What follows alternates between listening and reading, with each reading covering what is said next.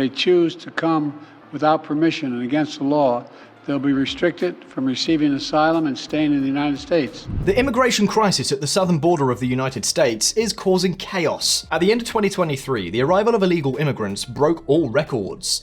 Authorities encountering record number of migrants at the border each day amid unprecedented surge. We're talking about the fact that in December of last year, a record 300,000 people were registered in one single month. So in the end, the Biden administration has had no choice but to do what many have been waiting for: make a move against the immigration crisis. And not exactly an easy move. VisualPolitik community, the internal criticisms were already too serious not to stand firm, even more so at a time when the November presidential elections are just around the corner. Well, at the beginning of June 2024, the US president has made a U-turn on immigration policy. In fact, even some left-wing Democrats have criticized this change. For them, it smacks too much of Trumpism. Now, what exactly are we talking about? Well, you see, Biden has established a sort of maximum quota of immigrants at the Mexican border to activate or block the asylum system. When more than 2,500 immigrants cross the border illegally, the executive order will be activated and asylum will be suspended. It's as simple as that. That means, in practice, leaving the border closed to illegals. Now, many of you will ask, is this 2,500 illegal immigrants per day too many or too few? How many are there at the moment? Well, do you know how long the daily arrivals of immigrants have exceeded that figure for no less than 3 years? In fact, the number of people trying to cross into the land of Uncle Sam last year was as high as 10,000 people per day. The situation became completely out of control, and that is why this measure has not taken anyone by surprise. Nevertheless, Biden's latest decision does not come at the worst moment of the migration crisis, which took place last year.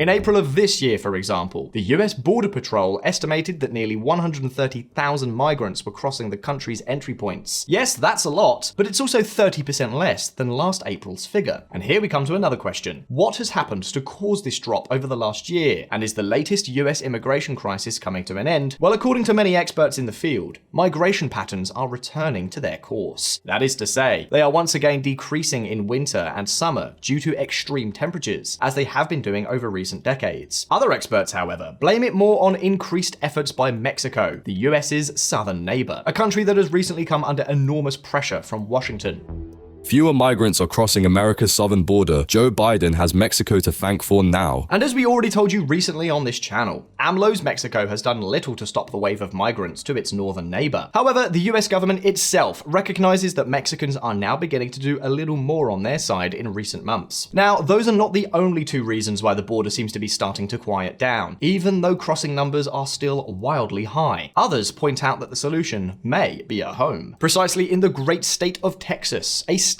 that shares a little more than 2,000 of the 3,145 kilometers of border that the United States has with Mexico. In other words, around 2/3 of the border between the two countries lies in Texas, which means that what happens in this state is absolutely decisive for the control of migratory flows.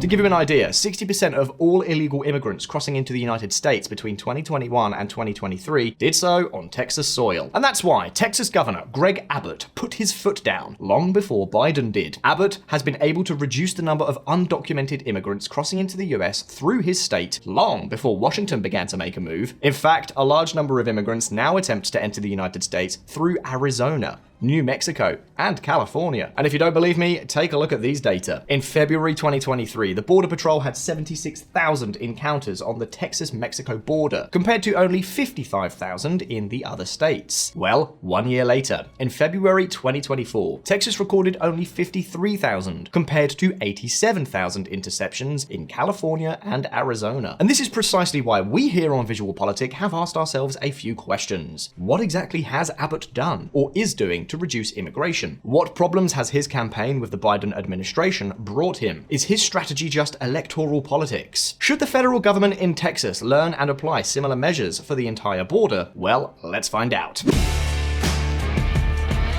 The Abbott Plan.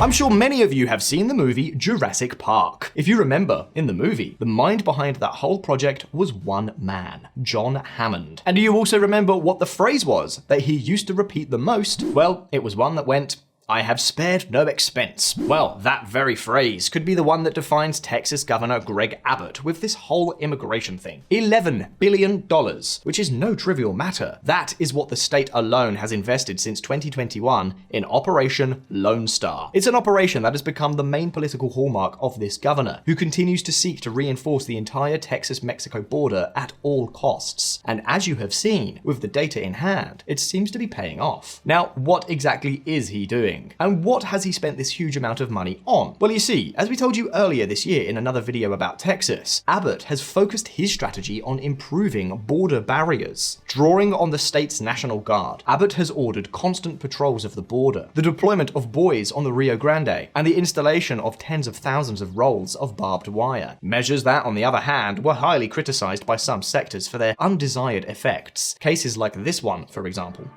2 found dead in Rio Grande, where Texas's floating barrier and razor wire sparked federal lawsuit. Well, as you can imagine, that part of the operation, the reinforcement with barriers of this type of the river that separates the two countries, has been very controversial. In fact, the installation of the barbed wire provoked strong tensions between Texas and the federal government under Biden. And take note, because it got to the point where, while the National Guard was installing more barbed wire, the US Border Patrol, which is federal, was removing it to gain access to the border. And not only that, apart from the battle for the wire on the border itself, there were also judicial battles. Now, don't think that the clashes between Biden and Abbott are only about the barbed wire issue. Not at all. There is a law that Abbott is trying to push through that is raising the tension even more. We are talking about what is now known as Senate Bill 4, or SB 4. The law, which was signed by Abbott in December 2023 and is now before a federal appeals court, has a very clear objective: to provide Texas state and local police officers with the ability to detain illegal immigrants. That means any immigrant entering Texas undocumented from Mexico could be prosecuted and deported, or even sentenced to 20 years in prison by the state courts. Now the act faces a legal battle over whether or not it can be enforced. Washington accuses them of violating the supremacy of the US Constitution and interfering with federal immigration law and federal powers. Obviously, Abbott knew what he was doing, and it seems quite clear that his immigration policy violates federal powers in some areas. In fact, there is already a 2012 Supreme Court ruling that prohibited Arizona from doing just what he is now trying to do in Texas. But even so, the Texan kept going. Why is that? Well, let's not be naive. All of this responds to a reality, and that is that illegal immigration is always at the top of the list of Americans' main concerns. So Abbott has seen a political vein in this huge immigration crisis that will make him the representative for hardline immigration in the Republican Party. And the truth is that it's working. Look at this graph. Since launching Operation Lone Star in 2021, Abbott has boosted his approval rating by more than 10 points to 55%. As you can imagine, this has not gone unnoticed by other Republican leaders, let alone just a few months before the presidential and congressional elections. So now, many are also wanting to jump on this boat. Measure that would allow local law enforcement to arrest migrants will appear on Arizona's November ballot. And pay attention, because it's not only the state of Arizona that seems to want to follow in Abbott's footsteps. Iowa, for example, has also passed a bill almost identical to the Texas bill, only it has not yet been signed by the Republican governor, Kim Reynolds. And the truth is that the Iowa governor's move makes a lot more sense than Abbott's. Beyond the political pomp that this measure may provide, the reality is that these plans are not going to work everywhere, especially in the case of Texas. Now, if we've told you that immigrants are starting to avoid Texas to cross and that the governor's approval is growing, how does that gel with saying that the measure is in limbo? Well, that is exactly what we're going to tell you now. Stay tuned. The cracks in the plan.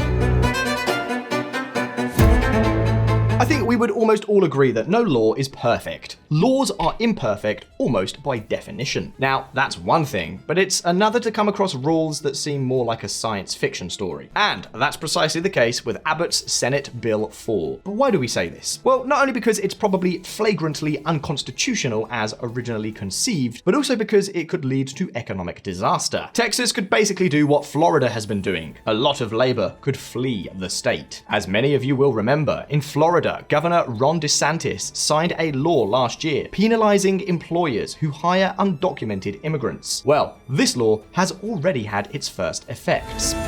A year later, Florida businesses say the state's immigration law dealt a huge blow. Thousands of undocumented immigrants, who accounted for 5% of Florida's entire labor force, began to leave the state. So sectors such as construction and agriculture have begun to have enormous problems finding workers. So much so that many crops, such as strawberries, could not be fully harvested precisely because of the lack of labor. As a result, thousands of tons of food and millions of dollars of production have gone directly into the garbage. What's more, the Florida Policy Institute estimates that the economic losses directly caused by this law already amount to more than $12.5 billion.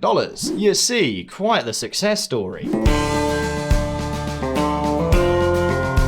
Well, this is exactly what could also happen in Texas. In fact, it could be even worse, because Abbott's law is quite a bit tougher than DeSantis's. For this reason, many are already warning, be careful, because Texas could lose more than $36 billion with this war. And I know what many of you are thinking. Well, illegal immigrants could bring a lot to the table, but they sure are a huge burden on the state. Well, with the mentality of the welfare states in Europe, it would be logical to think like this. But, VisualPolitik community, the United States is a world apart in this sense. Look at this graph. The reality is that across the United States, average social spending on the immigrant population is generally significantly lower than among Americans. For instance, in 2020, specifically up to 27% less. In other words, the social burden of immigrants in the United States is not nearly as high as is sometimes claimed. But wait a minute, because this law is not only a serious economic inconvenience, it also presents another problem. It's too confusing. Not in terms of content, which is rather clear, but in how it should be applied. In fact, news like this is becoming more and more frequent. Texas police departments expressed confusion over new immigration law. The flurry of recent back and forth legal orders left law enforcement leaders hesitant on how they plan to enforce the law if it ever takes effect. The police simply don't know how they should act. Many sheriffs in different counties, such as Maverick or Bexar, have already claimed that even if the law were to go into effect, their departments do not have sufficient capacity to be able to pursue and arrest all those they suspect of being undocumented immigrants. What's more, the act provides for imprisonment ranging from several months to years for undocumented migrants who cross into Texas. But of course, the real question is, where are they going to put them? Wouldn't this measure increase the cost of illegal immigration? Has Abbott forgotten that his state has a serious overcrowding problem in its prisons? Texas is the US state with the largest prison population, 134,000 inmates, 30,000 more than the second largest, California. You see, the US prison system is quite a brain teaser. On the one hand, there are the county jails, which belong to the local authorities, and where people who are awaiting trial, who have short sentences, or who have been arrested for minor offenses are usually held. Then there are the state prisons, which belong to their respective states, and which house convicted felons serving long sentences, that is, longer than 1 year. And then finally, there are the federal prisons that are controlled by the Federal Bureau of Prisons, which house those convicted of federal crimes, such as drug trafficking, large-scale fraud, or serious immigration offenses. Well, the problem is that many of the 134,000 prisoners in Texas are in county jails, which are overcrowded due to, among other reasons, slow transfers to state facilities. In fact, 10% of the entire prison population of the 10 largest county jails in Texas are pending transfer to Texas state facilities to free up space in them. So imagine now what it would be like if local law enforcement had to arrest and incarcerate thousands and thousands of undocumented immigrants in county facilities. And that's not to mention the huge budget hole it could cause. But then, if there is this problem, and the law could harm the economy, why is this being pursued? What is Abbott playing at? Well, VisualPolitik community, welcome to the game of politics. After all, as we were saying, the presidential elections are approaching. Abbott knows that the immigration crisis is at the top of the list of the American voters' concerns, and he wants nothing less than to demonstrate what border security would be like under the administration of his good friend Donald Trump. As if 4 years of Trump, 2 of which saw illegal immigration skyrocket, weren't enough. enough. Jokes aside, the fact is that both share the same spaces. Recently, for example, they spoke at the National Rifle Convention. They have also visited the border together, and Abbott has not hesitated to come to the defense of the former president and presidential candidate after his latest trial.